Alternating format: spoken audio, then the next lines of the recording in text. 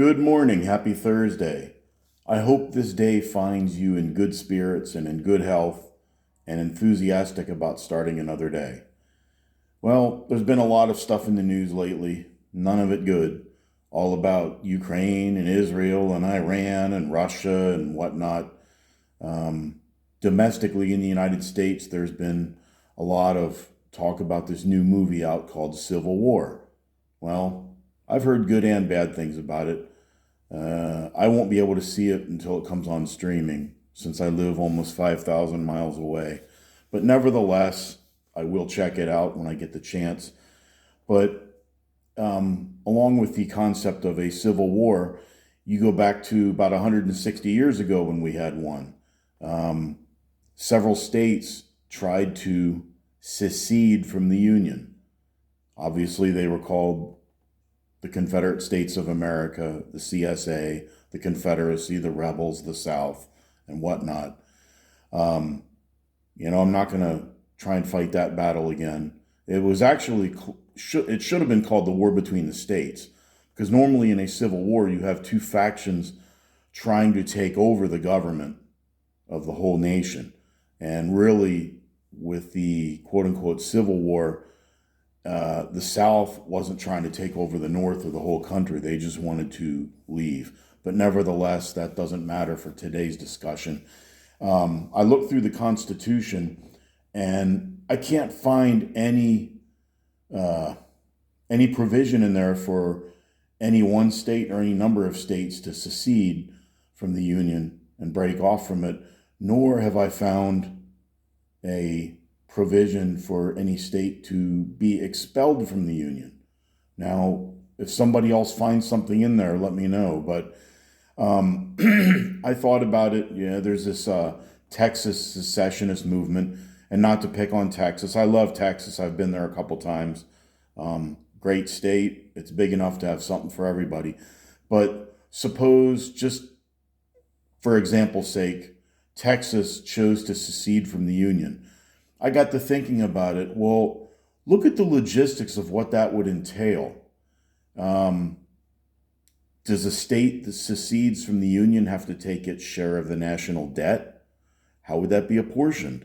By population? By spending introduced by members of that state's congressional delegation? What about military bases? Okay. What about schools that are federally funded? What about your national parks? Does the state have to buy those from the federal government? What about interstate highways that were built with, mostly federal money? I realize a lot of federal money did come from the taxpayers in that state, but how do you even begin to calculate that? What kind of matrix do you use? Then there's fuel, okay? Would the state have the power to just tax fuel sold in that state and replace the federal sales tax on it? Obviously the federal government would no longer be obligated to protect the state. Would their own National Guard become the military? What about the energy grid? Many states participate in an energy grid that does cross state lines. I know Texas has this weird thing where they have their own, I think they call it ERCOT, ERCOT, Energy Reserve Council, something or other. I don't know really what it stands for, but they have some kind of energy board down there. Would that suddenly just go away?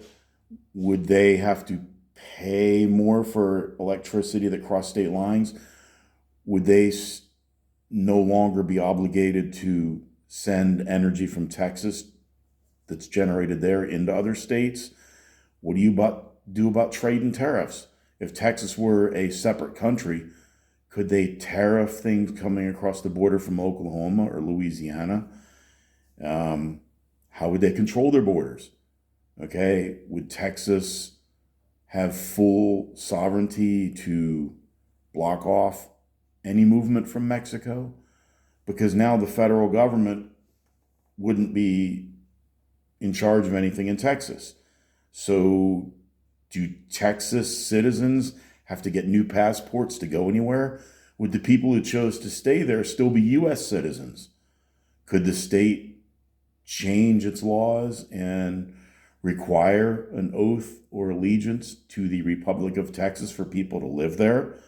What about people who are federal retirees or receiving Social Security payments and they were residents of Texas? How do they determine residency? What about people traveling to Texas from foreign countries? Do they have to go through a whole different set of customs? This whole thing is I don't even know how you would even begin to unpack it. It would be like trying to make a big pot of spaghetti and then try and separate the pasta from the sauce. It's just, or like a Tupperware container. Once you use it to heat spaghetti in the microwave, that sucker is going to be orange tinted forever. You can't unmix it. When you take two things and mix them together, you can't separate them. I know there's a term in chemistry for that, and I can't think of what it is. But it reminds me of another point. You have people in different states who generally have different values. People in Washington State or California or Oregon have much different values than people in Alabama and Georgia and Tennessee and whatnot. Some people think that's a bad thing. I don't. I think it's kind of cool how states or the laboratories are experiments for the way we do things.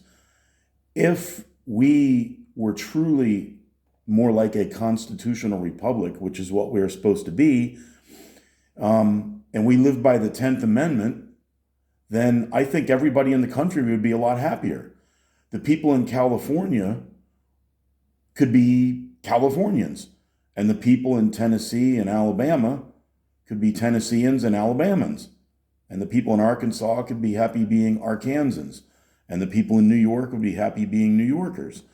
There seems to be a tendency, people all across the political spectrum, to wish to force their own will on people in other states.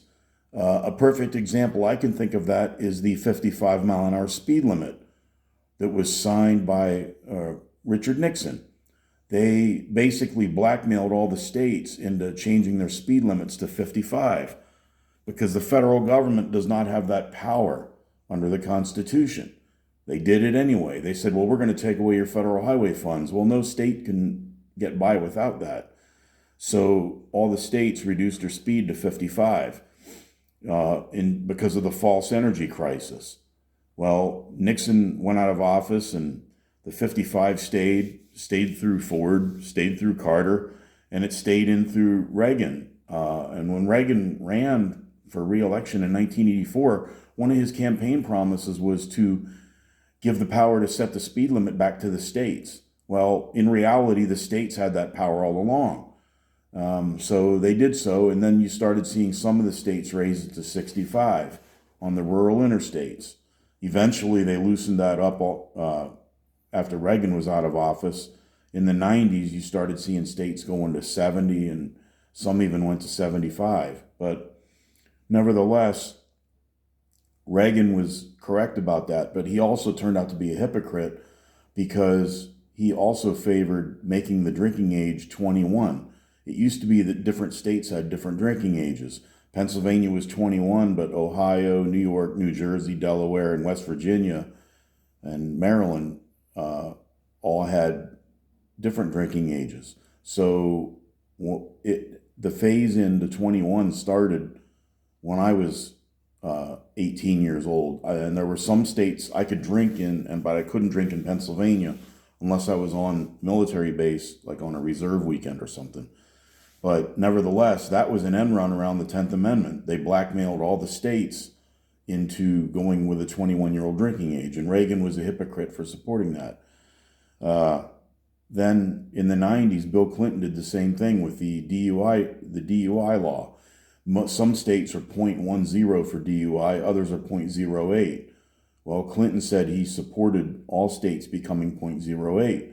Now, I'm not arguing in favor of drunk driving or anything like that. I'm not even arguing in the case of increasing speed limits. Although living in Germany, where there is no speed limit on more than half the Autobahn, I think speed limits should be higher. But nevertheless, that should be up to each state. If the people in Michigan want their speed limit to be 75 and their drinking age to be 18, that's their right and that's their power under the 10th Amendment if we follow the Constitution. The federal government should only be involved in vehicles crossing state lines or engaged in interstate commerce. But nevertheless, we have this tendency of violating the 10th Amendment. Marijuana laws. There should be no federal law against marijuana. It should be up to each state. If the people in Colorado want their state to have legal marijuana, they should be able to do so. If the Kentucky, they have dry counties in Kentucky. If they want to, that's up to the people of Kentucky and their state legislature. I think dry counties are a stupid idea, personally, but I don't live in Kentucky. If I did, I would work with the state and local politicians there to get that changed. But there shouldn't be no federal law. It's just like right to work. Pennsylvania is not a right to work state. Virginia is. Now, in the 2012 election, you had Rick Santorum and I believe it was Mitt Romney and the guy from Texas, Perry, Rick Perry, arguing about whether there should be a national right to work law. Well, that would violate the Constitution. It's up to each state. The problem is that the bigger the federal government gets, the more angst and division and strife there is because the federal government keeps forcing its will on people in other states. So not every state wants to be like New Jersey and not every state wants to be like Oklahoma. I think that a lot of this stuff about, we're going to, the red states are going to divorce from the blue states and this and that. It's like, no, that's not really the right approach. The United States the states created the federal government. The federal government is a offshoot of the original states. And of course, later on, other states joined. But every state has their own governor. They have their own legislature. They have their own court system. They have their own educational department. They have their own Department of Environmental Quality, Department of Natural Resources, game wardens. They have their own law enforcement, and they should exist with a large degree of autonomy. Now, if there's a war or something like that, yes, then the states come together at the federal government. You have a federal court system. You have Article 4 of the Constitution that declares the relationship between the states and the federal government. The Constitution provides avenues for things that need to be addressed. And there are certain things where there's an amendment to the Constitution and it says no state shall, well then, okay. But other things should be left to the states. Some of the issues are like gay marriage and abortion. Well, those are not deliberately enumerated as federal powers. So some people might like it and some people might not, but those things are best left to the individual states. That's the way federalism is supposed to work. Sometimes you can get what you want through the federal government using the hammer and nail approach, and you can get the federal government to force your will on other states. Yeah, we're going to show those people. We're going to show those people how to do this. Well, then when the political winds change, some of those people that you use the federal government against them, well, guess what? They become the majority and they're going to use the federal government against you. Well, rather than arguing about who can use tyranny in the best way possible, why let the government get that tyrannical in the first place? Just some crazy thoughts on this Thursday morning. But like I said, I don't know how you would even go about the logistics of a state seceding, even if somewhere along the line it was determined that a state had the right to do it. How do you do it? How do you extricate the federal government from a state just like that? Just like you just put up a fence and a sign and say, hey, we're our own country now. Really? How does that supposed to work? I think we can do better. We just need to think on a different level. It's not that hard. I'm a C student from a public university. I don't have an Ivy League degree, but I still understand civics, economics, and history. And we have learned a lot of bad things through history.